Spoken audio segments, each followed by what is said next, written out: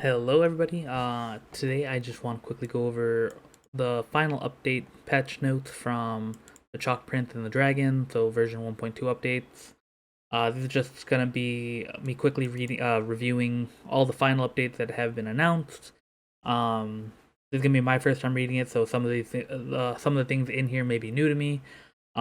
Just want to react, give you my opinion on some of the changes, and see how everything goes. So first, we have the update time. Um, I don't know the exact time this is for me. Um, however, let's check that real quick. Let's go 6 a.m. GMT. The GMT plus 8. Okay, GMT time. Central time is what my current time is. That's 4 p.m. Okay, so that means this will start 4 p.m. 6 a.m. This means for me it will start on Tuesday at 4 p.m. my time, which is great. That means they'll be done by 9 p.m. my time. For anyone who needs that, that will be in less than 48 hours to this update. Or I would rather say in 48 hours, the update should be done and be live. So in less than 2 days, we should be able to play this update already. Everyone already knows how to update their game most likely. The only thing I want to talk about is there is a pre-update is out already. You can already go in on your PC. There's a new thing right here. It says game pre-installation. You can say pre-update. It'll start updating right away. That way you don't have to be in that waiting queue. I remember for some people reporting like 14-hour download times. And that really was because the system became so bogged down because everyone was trying to download at the same time. So if you can, please go ahead, do that pre-update. It'll save you a bunch of time and let you get into the game as soon as it is dropped. That is only for PC right now. That is not on iOS, Android, or PS4. But yes, if you can, try to pre-update as soon as possible. They'll save the server a lot of its load, let everyone else who is on Android, iOS, and PS4 be able to get into that server, get their update, and not have nearly as much trouble as everyone did last time. Yeah, if you can, go and do that. Obviously, we're gonna get compensation, 60 primo gems per hour, so we're expecting 5 hours, 300 primo gems. That's a decent amount. Could almost get you 2 summons. If you already been saving up, that might get you another 10. That might push you right over the edge to get your next multi. That'll be great. This is for anyone who's adventure rank 5 or above. At the time of the update. So as long as you've been playing the game, pretty much. As long as you open the game, played for like 20 minutes, you'll be adventure rank 5. You'll get the reward. Alright, so update details. First thing, we have the new area. That's the new Dragon Spine area. We already talked about that. That's going to be really exciting. A lot of new not mechanics. There is new mechanics, but there's a lot of new content coming there. A lot new secrets. They won't have Animoculus and Geoculus, but instead we'll be able to get a different type of we'll be able to get Crimson Agates and give it to the Frostbearing Tree. That's going to be a new thing to collect, which will give us rewards similar to the Statue of the Seven that will get better and better the more we give. It's actually really exciting. Since most of the things in here are completely free-to-play friendly, you do not have to spend your resin to like rush through an event. You just take your time, explore the area, and do this as you have time. That's really exciting for me and for a lot of players, I'm sure. So that's going to be the Dragon Spine area. Next, we're going to have the Subzero Climate. Subzero Climate's just going to be the colder you are, the more effects you're going to face. When it reaches your limit, you're going to lose HP, and you're going to die eventually if you don't handle that. I'm like 90% sure that you're gonna, that even if you have a pyro unit in your team, that their fire will not heat you up. It will not do anything to fight back the Subzero Climate. You will need to use one of the new in-game resources to make sure that you're able to stay warm. Alright, other new features, we're going to have the Frostbearing Tree, as I mentioned. It's going to be an ancient tree that wants you to gather the Crimson Agates. The more you get, the more rewards you'll get. Again, it will be the same as the Animoculus and Geoculus. You're just going to want to give all of them. give them over to the tree, and get rewards such as a Quaint Fate, Intertwined Fate, a Wind Glider, a blue weapon blueprints, and gadget blueprints. I can confirm that the gadget will be the warming bottle. That's going to be one of the mechanics you're able to build and use to keep yourself warm in the Subzero climate. Alright, we're going to have our brand new domain that's going to bring the Blizzard's Strayer and the Heart of Depth artifacts. I've already talked about those artifacts in another video. These are going to be amazing artifacts for Cryo and Hydro users, especially for Hydro DPS and Cryo DPS characters. So you can be really strong on them. But even for Cryo and Hydro support characters, the 2-piece set is going to be really strong at increasing their support damage. Next, we're going to have our 2 new characters. All we're getting is 2 new characters. Anyone who's been telling you otherwise has been misled. There's only 2 new coming. That's Albedo and that's Ganyu. We already talked about those, and I'll talk more about them in their own individual videos, especially Albedo's. Expect that around sometime tomorrow, just to get you prepared to know if you really want to pull on that banner. Expect Ganyu's closer to Ganyu's release. Alright, we have new equipment. There's going to be all these new weapons. That's going to be the Summit Shaper, that's going to be a 5-star sword, Festering Desire, Snow-Tombed Silver, Dragon Spine Spear, and the Frost Bear. 3 of these are craftable. 1 of them is going to be given to you for free from the event. The other is going to be a gacha only, and that's the 5-star weapon. What I do want to point out is that the 5-star bow that goes with the Summit Shaper set will not be in this patch, meaning it's not coming for a while, because we're not going to get it for on Ganyu's weapon banner. That most likely means. That means we shouldn't expect this to sometime in patch 1.3 or even further. I just think that's important to point out. That all just describes the fact that one of them from the event and then the other is from crafting. The other 3 are from crafting. The new sets we already talked about. It's going to be from a brand new domain.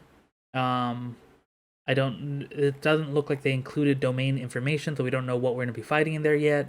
I'm guessing it's going to be something that is relevant to the area itself. So it's going to be Dragon Spine creatures, monsters, will most likely be in that domain. Next, we have new events. The main event is the Chalk Prince and the Dragon. There's going to be Albedo's story event as well, I believe, similar to how Faishal's story intertwined with the last major event we had. But right here we can see original resin is not required to enter the event. That doesn't mean that it won't be used in some of the events, so there might be challenges that do require resin similar to Faishal's event, but it will not be required to enter the event. It's going to be, I think that's a weird way to phrase it. I don't know if that means that you'll never have to use resin, or it just won't be necessary to start it. Have to wait and see with that one. And there are more events coming. Obviously, they don't want to play all their cards right now, so there's more events coming in the future. There's going to be new systems. Stellar Reunion. This is pretty much a returning player system. If you have been gone if you're gone 14 days after this event starts, returning to the game will give you some things like Primo Gems, Fragile Resin, other rewards, and a Pro-type Rancor. I personally don't even like the Rancor, especially out of the 2 craftable weapons at this time. I think the Rancor is the weaker one, unless you're building straight physical damage, which I don't do on most of the longsword users. But it's alright. I mean, just be offline for 14 days, but okay, yeah, it's just don't, this is pretty much to people who quit the game. They're just like, please come back, we got cool stuff.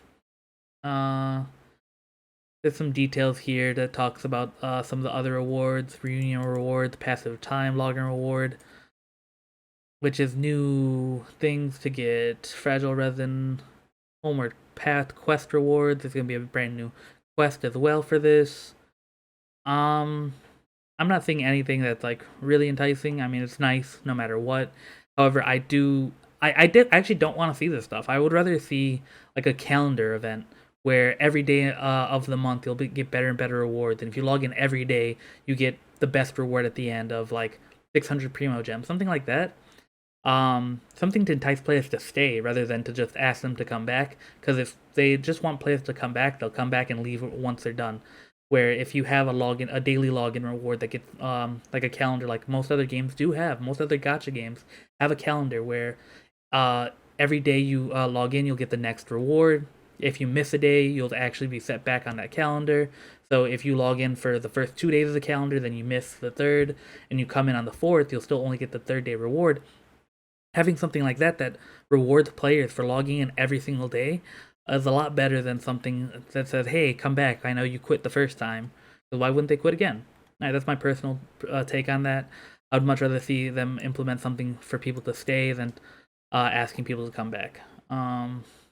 Next, we have the new story quest.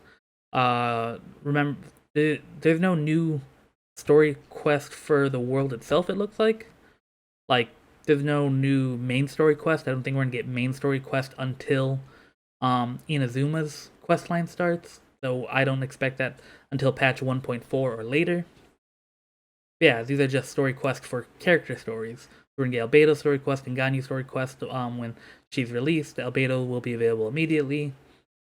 Next, we're gonna have brand new world quest. This is just like the random exclamation points you see around. There's gonna be random exclamation points you see around the map. You'll just be able to go to them, get the brand new quest, complete, get some rewards. Next is a new world quest, Return of the Jade Chamber. The story quest, Fishing for Jade, will become available at a later date. This is actually really exciting. Maybe this is what the next step in the story quest. It will take. We'll talk about Returning of the Jade Chamber, or this could be another side quest. I'm hoping it's actually bigger than that though.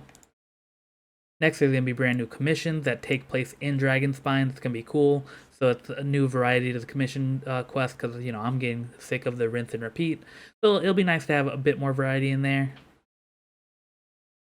Alright, so other new content. This is just other changes in general. Let's go over them though. There's new monsters. These are all the new monsters coming in Dragonspine pretty much. New animals. Again, new animals from Dragonspine. New recipes. Universal Peace. So I wonder what that's going to be made of. New harvestable resources. Star Silver and Chilled Meat. Again, these are going to be Dragonspine resources. New achievements. That's cool. New name cards are coming.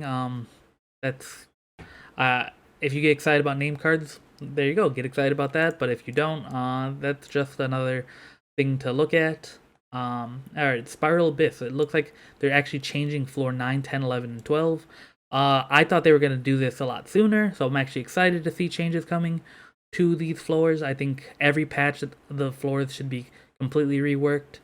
The monsters should be changed. I think everything should be changed every patch just to keep the challenges different. Because right now people are just building strategy guides, like the most efficient way to beat floor 12. Have a level 30 Ganyu, not Ganyu, have like a level 30 Chungyang, a level 60 Bennett, a level 2 Barbara. I think that's stagnant. I think if you just tell people the easiest way to, I think every patch that's gonna happen. No, let me rephrase that. I think that's already happened. People have already built like the easiest way to beat floor 12 guides, and I don't want that. I think the content itself stagnates.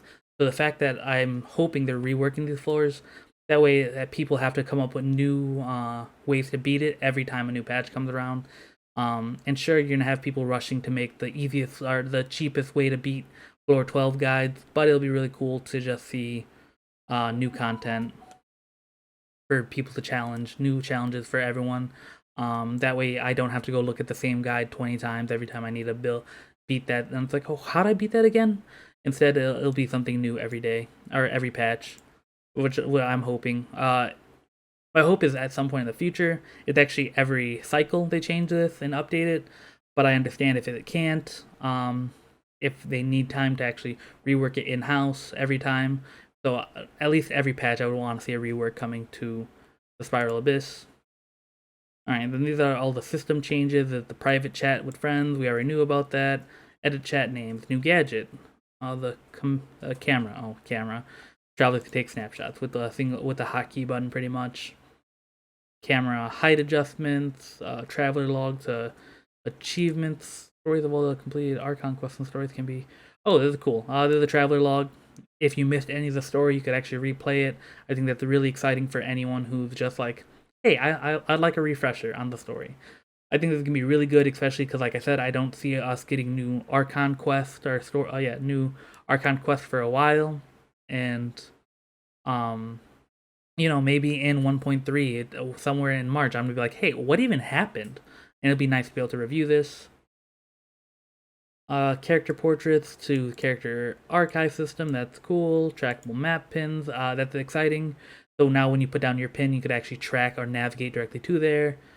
Repeat domain. I'm happy with this. It'll save a couple seconds. The new character Ascension reward system, I think this is great. This rewards players who have ascended multiple characters. I'm already gonna get 40 summons just for this immediately. Excited for that. Let's see, add the elemental tutorial stage, elemental trial. Okay, that's cool. It's just gonna be something that will teach you how to do elemental reactions, most likely. That's cool. Add new BP, animation skip, that's good. I've seen that too many times. Story quest autoplay, that's good. NPC dialogue autoplay, that's all simple things that I think should have been in the game from the beginning. New controller customization, that's great. Weapon details to display the weapon event wish on the wish screen. Okay. And new BP weekly mission, complete the golden house. That's just gonna be beat child pretty much.